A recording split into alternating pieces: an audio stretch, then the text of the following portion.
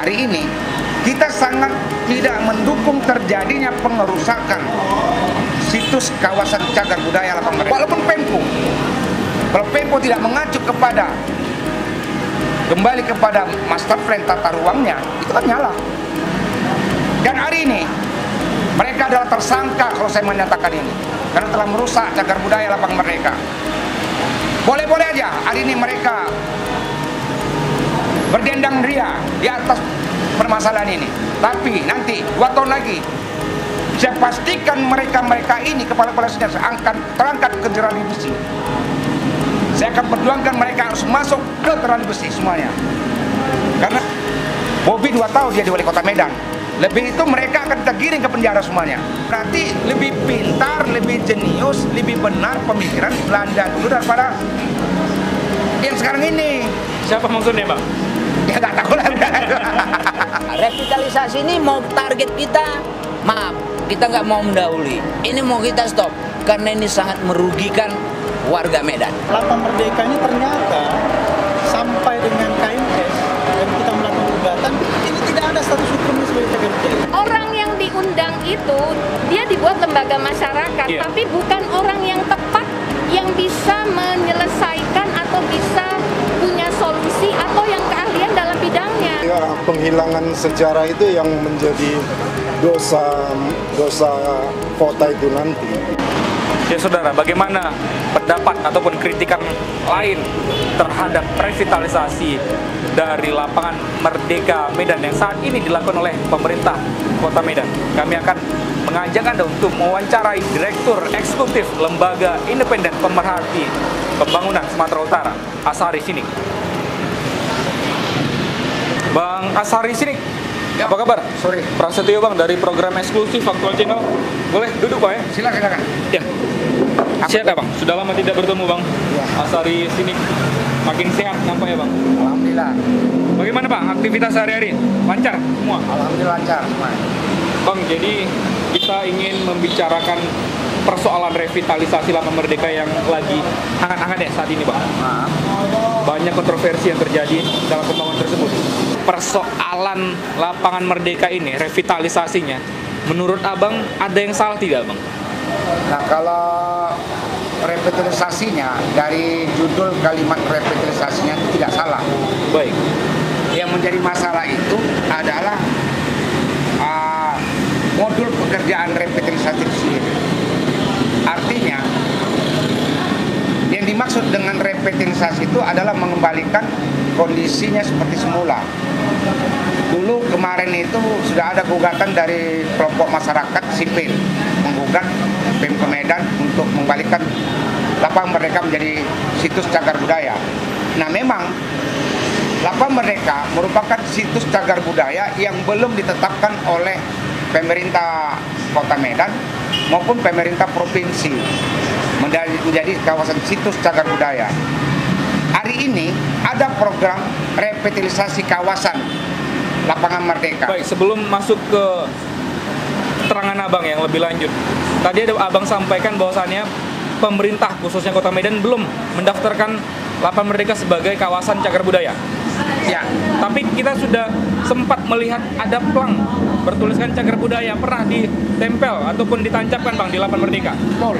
Artinya ini kan uraian yang Abang sampaikan tadi ini sebelumnya belum terjadi. Setelah ada gugatan dan penetapan hakim ya di Pengadilan Negeri Medan untuk segera wali kota menetapkan Lapangan Merdeka menjadi situs cagar budaya. Hari ini sudah ditetapkan situs cagar budaya. Baik. Artinya Lapangan Merdeka sudah ditetapkan sebagai situs kawasan cagar budaya. Oke? Baik. Berarti udah masuk dalam undang-undang. Iya. Ya, cagar budaya. Undang-undang nomor 11 tahun 2010. Ini jelas. Kalau sudah kembali kepada situs cagar budaya, ada program revitalisasi saat ini. Ya. Iya. Program revitalisasi itu artinya mengembalikan seutuhnya kawasan itu menjadi seperti masa lalu. Kan ini yang kita maksudkan. Baik. Dikatakan revitalisasi. Tapi hari ini kita sangat tidak mendukung terjadinya pengerusakan situs kawasan cagar budaya Lapangan Merdeka. Yang dilaksanakan saat ini adalah menggali tanah Lapangan Merdeka itu akan dibangun sebuah tempat dapur atau tempat berbelanja atau katanya basement. Ini semua tidak jelas persoalannya. Apakah basement, apakah untuk UKM, UMKM katanya. Hari ini saya nggak mendapatkan kepastian jelas, tapi kalau melihat dari set plan yang diberikan kepada saya lihat ini sudah menyalahi undang-undang cagar budaya dan undang-undang program revitalisasi itu sendiri. Ya baik, Bang Asari sini. Dalam undang-undang seperti yang Bang sebutkan ada Undang-Undang Nomor 11 Tahun 2010 tentang cagar budaya. Lalu revitalisasi yang dimaksud tentang revitalisasi cagar budaya di situ ada tidak Bang? Dijelaskan seperti apa? Bacalah undang-undang cagar budaya.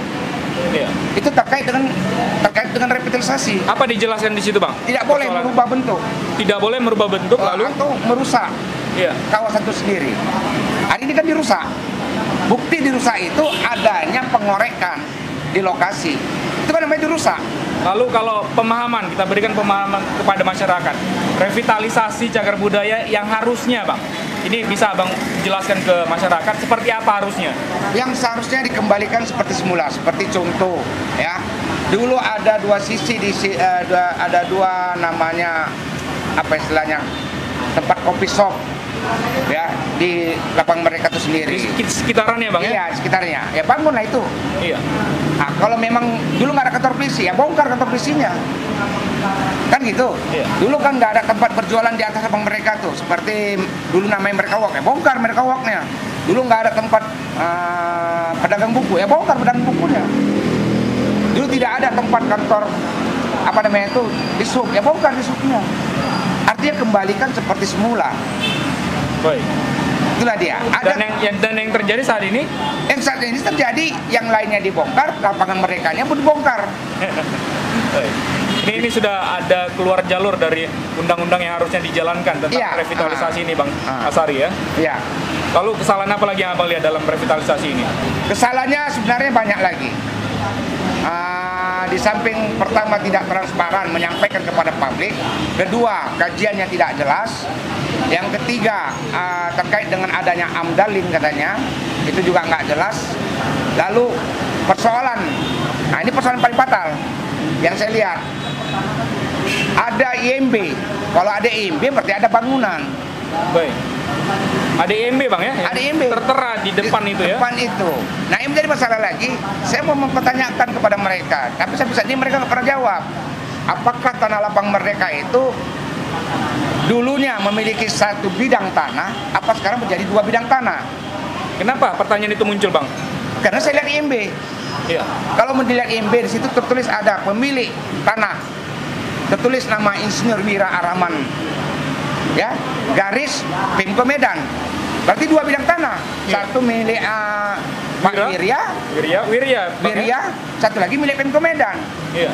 Karena tertulis itu nampak di pelang itu garis, bukan strip. Kalau strip itu jelas. Iya. Wirya, Pemko Medan.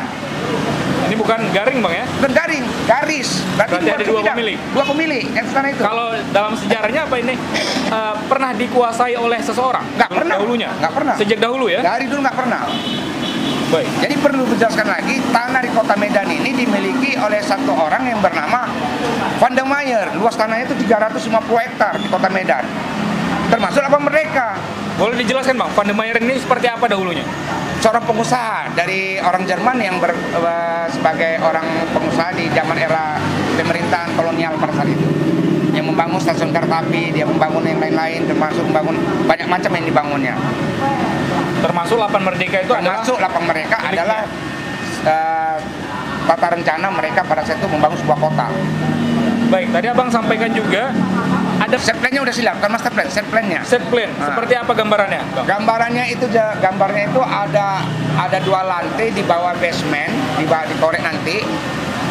Lantai pertama tuh untuk UMKM, lantai kedua untuk apa saya juga nggak paham, nggak ngerti. Tapi ada isu berkembang untuk basement, untuk parkir. Ini lucu. Ini kan jadi lucu. Kenapa ada basement lagi tengah kota? Alasan begini-begini ya, udah oke. Tapi kan mesti ada amdalnya. Tapi jelasnya saya nyatakan hari ini pelaksanaan revitalisasi cagar budaya melanggar undang-undang dan peraturan. Walaupun Pemko, kalau Pemko tidak mengacu kepada kembali kepada master plan tata ruangnya, itu kan nyala. Jadi walau Pemko suka-suka hatinya membuat. Coba saya tanya, orang rakyat dibebani masalah, tapi tiba Pemko suka-suka hati berbuat. Lalu dulu sampai saat ini ada peraturan menebang pohon kena denda. Sekarang Pemko menebang pohon, kenapa nggak didenda? Pemko Medan sekarang telah membuka galian C di tengah kota. Mana bukti galian C di tengah kota? Pemko mengorek Tapang Merdeka tadi itu kan galian C. Ada izinnya enggak? Baik. Nah, ada amdalnya enggak ini? Ini kan ada melanggar. Materialnya kemana? Sisa tanah Korea itu kemana dibuang? Dijual. Bersiapa dijual? Jutaan meter kubik loh.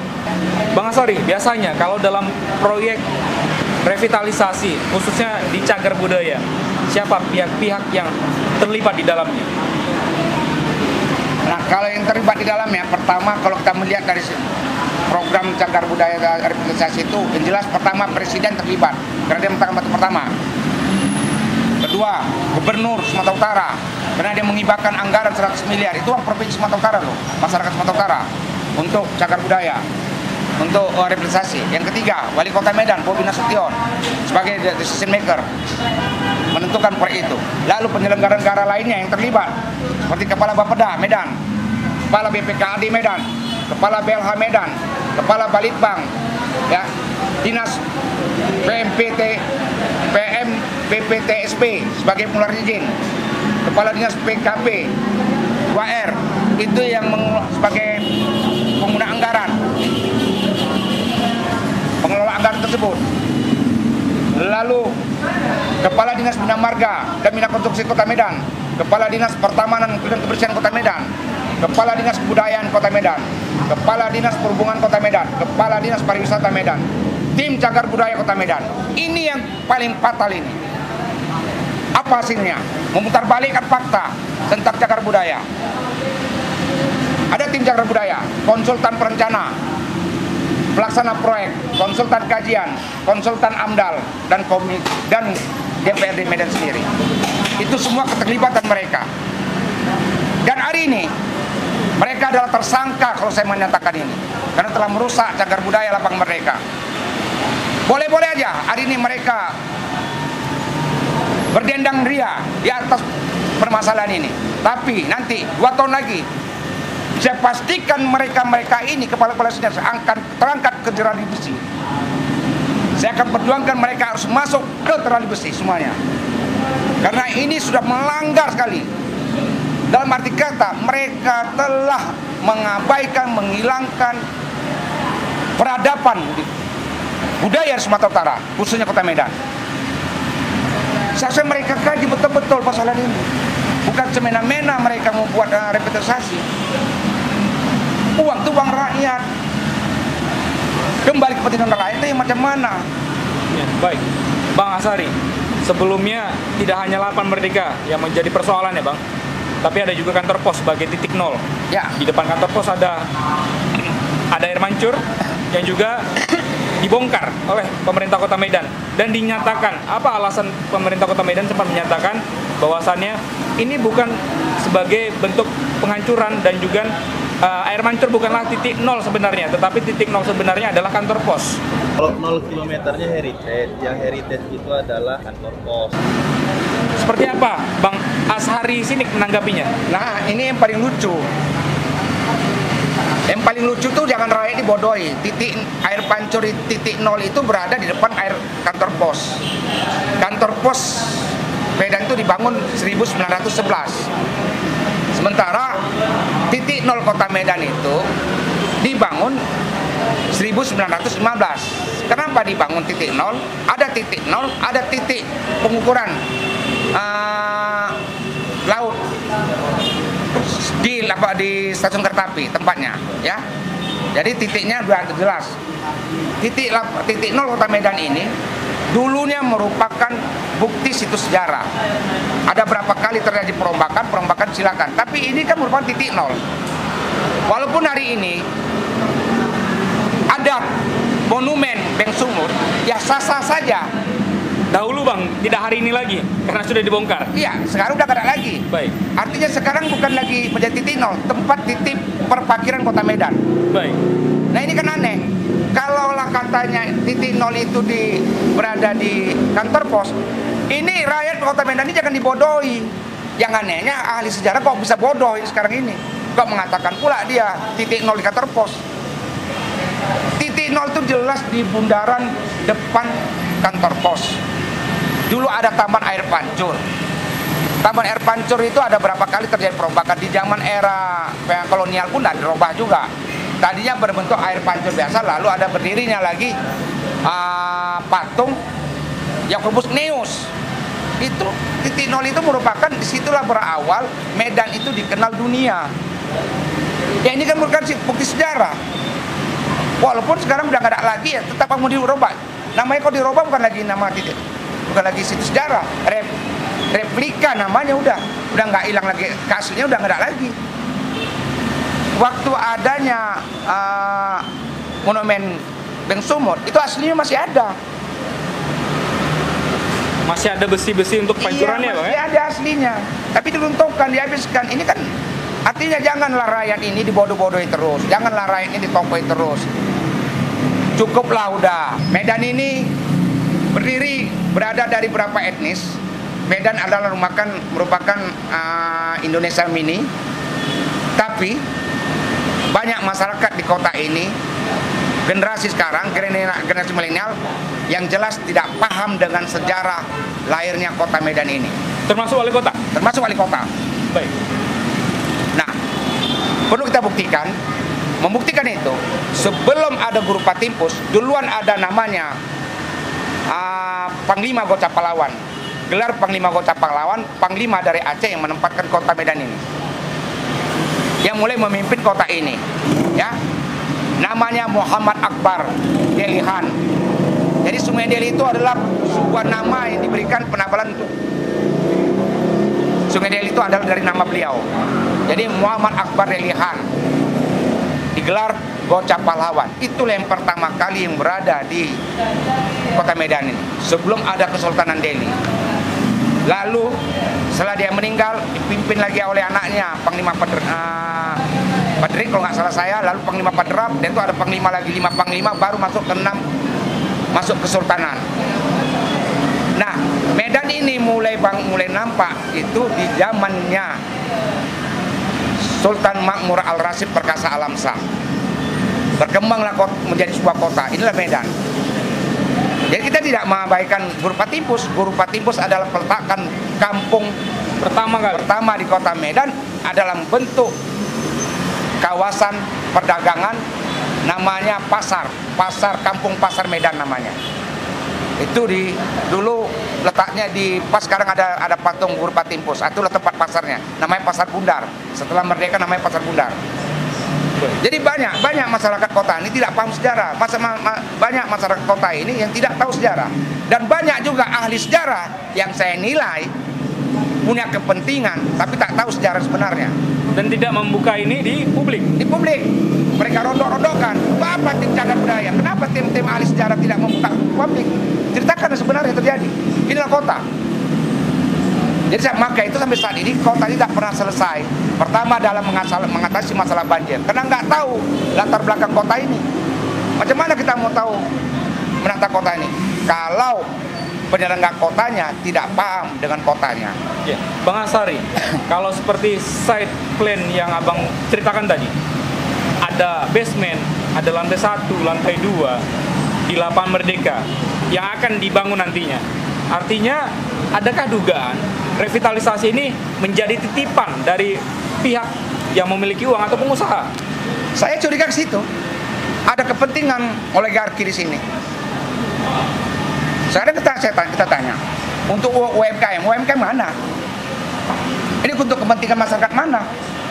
Kalau itu dibangun, situs cagar budaya, kepentingan semua publik. Kan gitu. Tidak ada perbedaan antara kaya dan miskin. Itulah lapang merdeka, kemerdekaan kita, kemerdekaan jiwa kita. Itulah yang dikatakan lapang merdeka. Jadi kalau dibangun itu ada lantai 1 ada tempat berjualan katanya untuk UMKM. UMKM mana? Lalu ada tempat resto, tempat makan-makan. Yang makan-makan siapa? Tukang becak kan pernah masuk ke situ kok. Maka itu saya bilang, hari ini Lapang Merdeka dibangun pakai uang rakyat untuk kepentingan oligarki. Dipastikan itu. Ada informasi Bang, siapa pendana di balik ini? Yang jelas pendana mana sekarang? Pendana pembangunan itu dari dana APBD Provinsi Sumatera Utara yang dihibahkan ke Pemko Medan. Baik. Ya. Lalu tanah galiannya itu dijual nggak tahu kemana, masuk kas daerah atau itu bagaimana? Itu kan aset, itu aset loh. Tidak tahu pertanggungjawabannya gimana. Baik. Nah, lalu penghapusan aset di atas Lapang Merdeka yang miliknya Dinas Pertamanan, yang miliknya Dinas Perhubungan, yang miliknya Dinas Kebudayaan, yang miliknya Dinas Perkim, yang miliknya dinas apalagi namanya pariwisata. Itu apa sudah dihapuskan secara general atau belum? Disahkan DPR atau belum? Kita juga nggak tahu.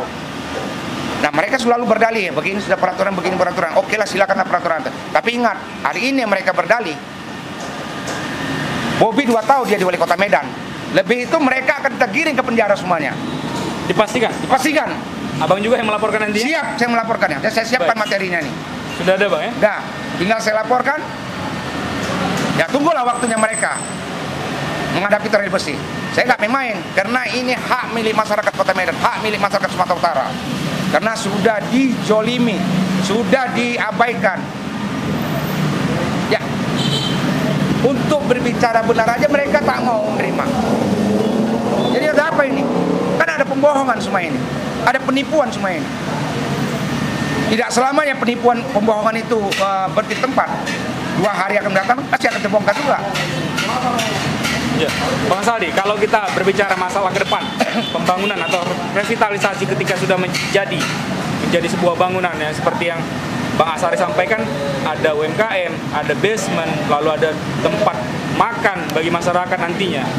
Nah ini kira-kira Bang, karena kita tahu sebelum dibongkar juga Lapang Merdeka, sudah ada yang namanya Merdeka Walk. Di situ banyak sekali kuliner.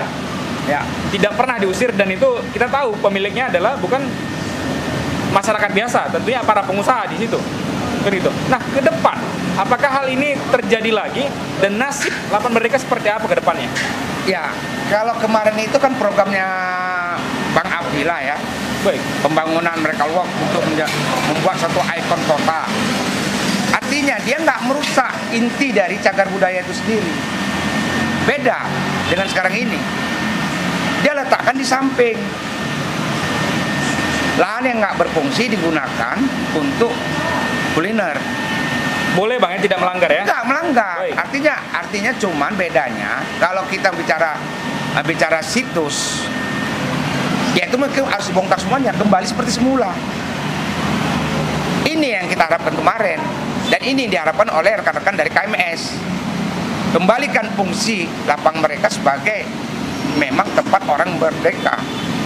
Tidak ada tempat berjualan seperti atas itu. Tidak ada kantor polisi. Tidak ada tempat dagang buku. Betul-betul Lapang Merdeka. Nah, kalau mau kembali ke semula, ada 2 tempat istilahnya coffee shop itu apa namanya? Di sudut dari Lapang Merdeka, tapi di luar dari Lapang Merdeka. Tidak di dalam Bang ya? Tidak di dalam, tidak di lokasi itu, tapi di luar, di sudut dia. Tapi memang bagian dari area itu juga. Tapi sudut, dia tidak di lokasi Lapang Merdekanya. Kenapa? Berarti lebih pintar, lebih jenius, lebih benar pemikiran Belanda dulu daripada yang sekarang ini. Siapa maksudnya Bang? Ya nggak tahu lah. Artinya gitu dia. Iya. Ya kalau yang tidak siapa artinya ya semua yang saya sebutkan itu tak paham. Baik. Ya terakhir, Bang Asari, apa yang ingin disampaikan kepada pemerintah khususnya dan juga ke masyarakat Bang? Apa himbauannya? Ya, himbauannya kita pertama, pemerintah lakukanlah pembangunan itu untuk kepentingan masyarakat, kesejahteraan masyarakat yang sebenar-benarnya. Tidak ada kepentingan pihak lain. Ya. Lalu kita harap juga masyarakat, mari kita dukung pemerintah kota ini, terutama dalam menangani masalah yang paling urgent ini, kemacetan lalu lintas, kebersihan, drenase, itu paling fatal itu sekarang ini. Nah, jangan lagi berharap kepada pemerintah kota untuk mengorek parit depan rumah kita, tapi marilah kita bangun bersama-sama, kebersamaan supaya kota ini juga bersih. Jadi seperti masalah pasar Kota Medan. Pasar Kota Medan juga masih dalam keadaan ruwet sampai saat ini. Nah, ini harus kita benahi. Ayo kita dukung pemerintah kota yang sebaik-baiknya untuk membangun kesejahteraan, kenyamanan, dan kenyamanan kota ini, kewibawaan kota ini. Kita malu masuk Kota Medan dari Binjai, dari wilayah mana istilahnya. Itu masuk pagi, kotanya seram, kumuh, bergelimpangan manusia untuk berjualan. Kalau kita masuk dari Tanjung Merawa, gitu masuk ke Tanjung Merawa, kotanya semacam kota seram, kota menakutkan, gelap, tak ada taman, tidak ada lampu yang indah. Begitu juga kita masuk dari Belawan, begitu juga masuk dari daerah Tembung. Tidak ada bentuk warna kota ini yang menyatakan kota ini kota sejuk, kota yang nyaman, kota yang budaya, kota yang beradab. Hilang kesan itu. Maka itu kita dukung, minta pada pemerintah kota. Ayo bangun ini. Buktikan kota ini kota beradab. Jangan dirusak bentuk-bentuk cagar budaya. Karena kota ini berasal ada kotanya sebelum kota ini. Itu yang saya harapkan. Untuk masyarakat apa himbauannya, Bang? Himbauan masyarakat, mari kita dukung untuk menjaga ketenangan dan kebersihan kota ini. Jadi tidak lagi jadi kota masyarakat, jadi masyarakat liar kota ini. Memang namanya Medan ini kota pertempuran biasanya itu. Tapi tolong masyarakat juga kita harapkan untuk jaga ketertiban, menjaga kebersihan, menjaga kenyamanan kota ini agar kota ini banyak dikunjungi oleh bangsa-bangsa asing seperti zamannya terdahulu. Ya baik, terima kasih Bang Asari sini atas masukan dan juga korupsi totalnya lah. kritikannya untuk pemerintah Kota Medan. Saya selalu Bang Asari sini. Terima kasih. Ya, demikian tadi saudara perbincang kita dengan Direktur Eksekutif Lembaga Independen Pemerhati Pembangunan Sumatera Utara, Asari sini.